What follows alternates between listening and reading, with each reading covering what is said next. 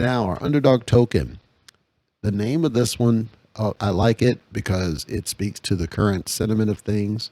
This token is not really that popular, although it has a decent amount of holders. It has twice the holders of Use. That tells you something. And how this came to my attention, again, Any Printer, which I highly recommend. I was in Any Printer, and Any Printer offered this one on the Binance Smart Chain as a reward. It's called OK.lets.go, OKLG. Once again, that's on the Binance Smart Chain. It also is on the Ethereum. So if you're on Ethereum, you prefer it that way, you can get it there. This one was interesting to me, not just from the utility, although that's something I was looking at, but the way that they described what they're trying to do.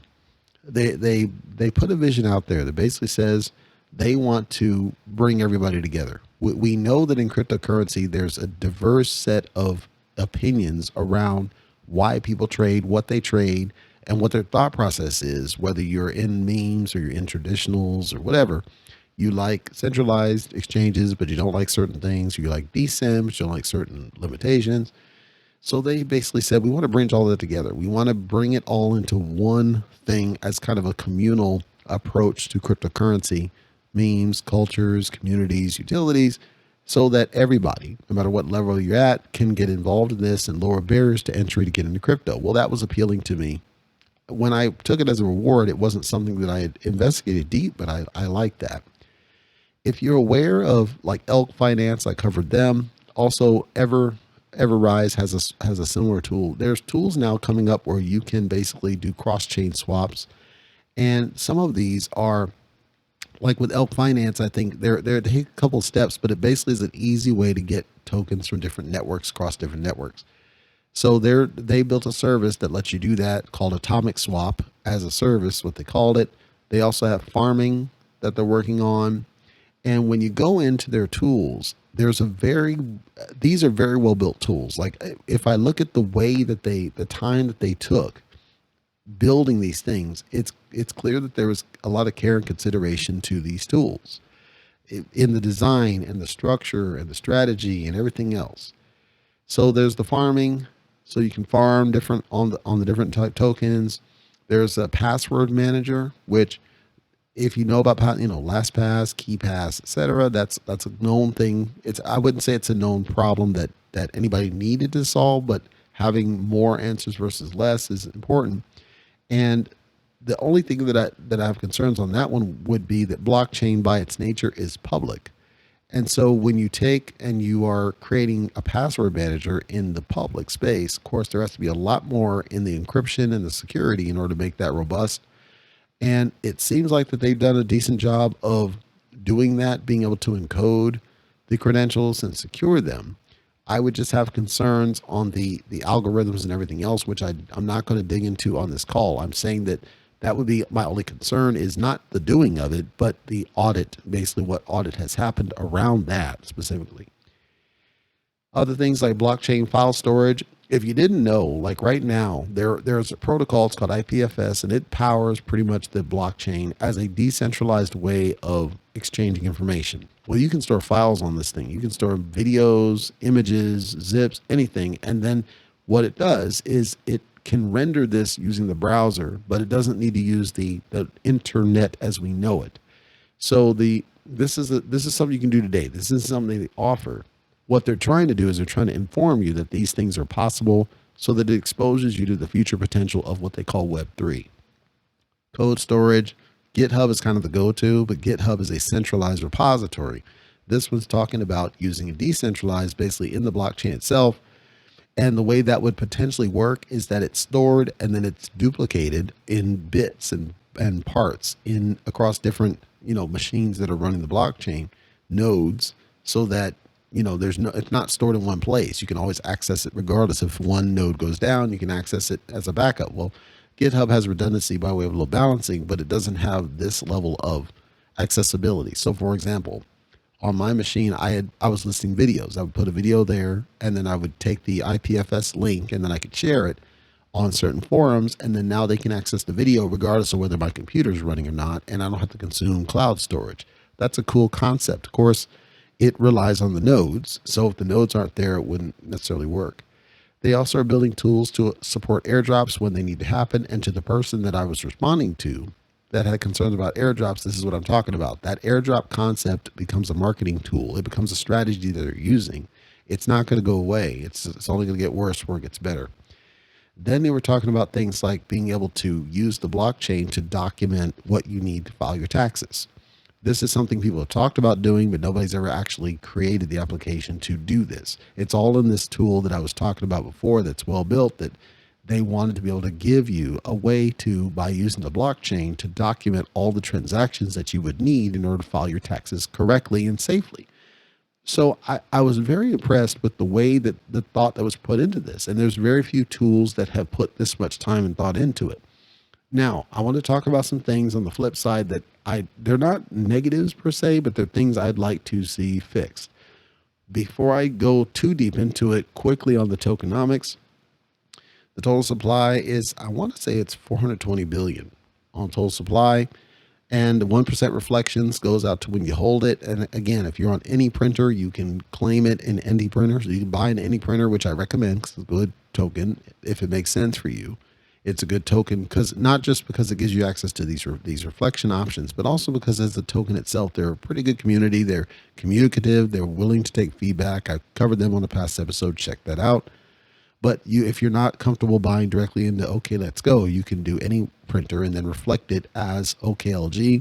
I would say EarnHub, but of course I can't trust them right now. There's a 5% of the tax that goes to their marketing and development, and it's obvious where the development's going because their dashboard is so well done that it's not even close. Now, when I looked at their white paper that they have, the white paper is essentially a slide deck, which bothers me a little bit, but it is what it is. And the information, this is one of the things that bothers me. The information that's given is very generic. I understand why it's this way because a lot of businesses do this. I just don't think it applies in a crypto world. Like this is more of a sales type of, pitch, something that a salesperson would take on the road and show up to a bunch of execs in a room and then talk around it. I don't think that's what we should be doing. I don't think we should be using generic images and generic words, and they talk a little bit about kind of what they're going to want to do, but it doesn't give me any meat and bones about the things. Like all the things that they're talking about, I just described on the site are kind of dumped into one of these slides, one or two of these slides. And the high level doesn't tell me enough about the people, who are the people behind this team? What is your vision, the real vision, behind what you described on the site, the nuts and bolts about how you plan to make things happen. But most importantly, just what got you into this? What inspired you to do this? And how did we get to the point that we got where it's a very impressive thing? They are focusing on NFTs, which disappoints me because I wish they wouldn't do that, but I understand it's the current fad. But my biggest thing has always only ever been just, I want to make sure that we are not just leaping to certain things like the white paper being a sales pitch or NFTs. We're not focusing on the popular things. I want you to focus on what is going to really get investors, which I think the white paper does not do a good enough job of doing. It seemed like they relied on the website to kind of sell it. I understand, but I think your white paper needs to be more robust. That's the main thing. The NFTs is not a problem, but it's a concern because I don't want to see the focus of the Me Too. Let me just jump on the bandwagon. I don't like that myself. Personal opinion. Make up your own mind. So that's okay. Let's go. Again, it's on the Binance chain as well as the Ethereum chain. I like the project. I just think there's more that they could be sharing and disclosing because you got a solid product here. I want more though. I want your white paper. Your white paper needs to be a white paper, not a sales pitch, which is what it looks like to me. And it looks like this has been edited multiple times, but I'm not impressed by the white paper hardly at all. It doesn't tell me enough about the people behind the project and the team and everything else. I do love your app. I love the dashboard. I think it's amazing. I think it's kind of the model for what I'd like to see in other type services. I don't have any issues on that one. Maybe the assumption that it's going to connect to a wallet, but I understand why you did that, so I'm not going to hold it against you. The biggest thing to me is just get the white paper cleaned up and fixed to where it's an actual white paper and not a sales pitch.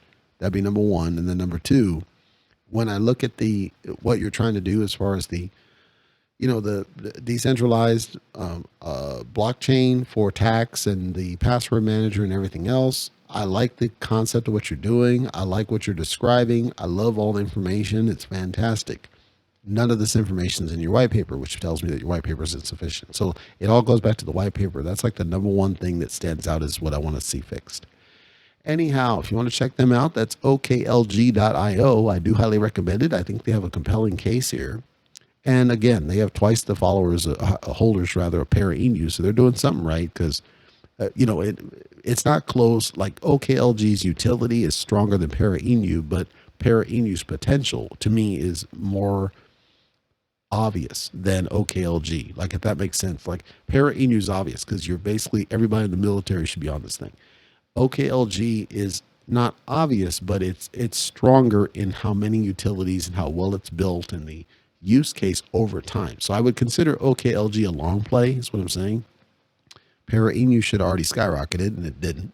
OKLG is more like a long play as people start to embrace a lot of this. Like, a lot of these are things that are new to crypto. They're not widespread. They're not widely adopted. They're not widely understood. So I understand, but the fact that they've gotten as many holders that they have by now tells me that they're in it for the long haul, and that's good. I do think they need to show some faces and they need to put themselves out there. The last thing I would call out that I don't see, I'm assuming it's a thing, but I don't see it. And so I'm calling it out because there's a section that calls out a snippet of code and it talks about the rewards for the interfaces. That's good, but I don't see that there's an audit around the code anywhere in the list, and I don't see it on the roadmap. I don't see an intent to get it done on the roadmap unless I'm missing it, but I'm not seeing it. I must assume that there had to have been an audit primarily because of the way that the dashboard works as well as some of the partnerships they have. However, I'm not seeing it. So my feedback also would be, I'm assuming there's an audit. If there's an audit, it should be on your site somewhere as to find it. I'm not going to go hunt for it, and nor should any investor. I think you should need to make it promoted on your website that you are audited fully. If you're not audited, I would question why. Because to release tools like this, especially when you're starting to talk about taxes and password security and file security, I think it's almost required. OKLG.io, check it out, see if it makes sense for you.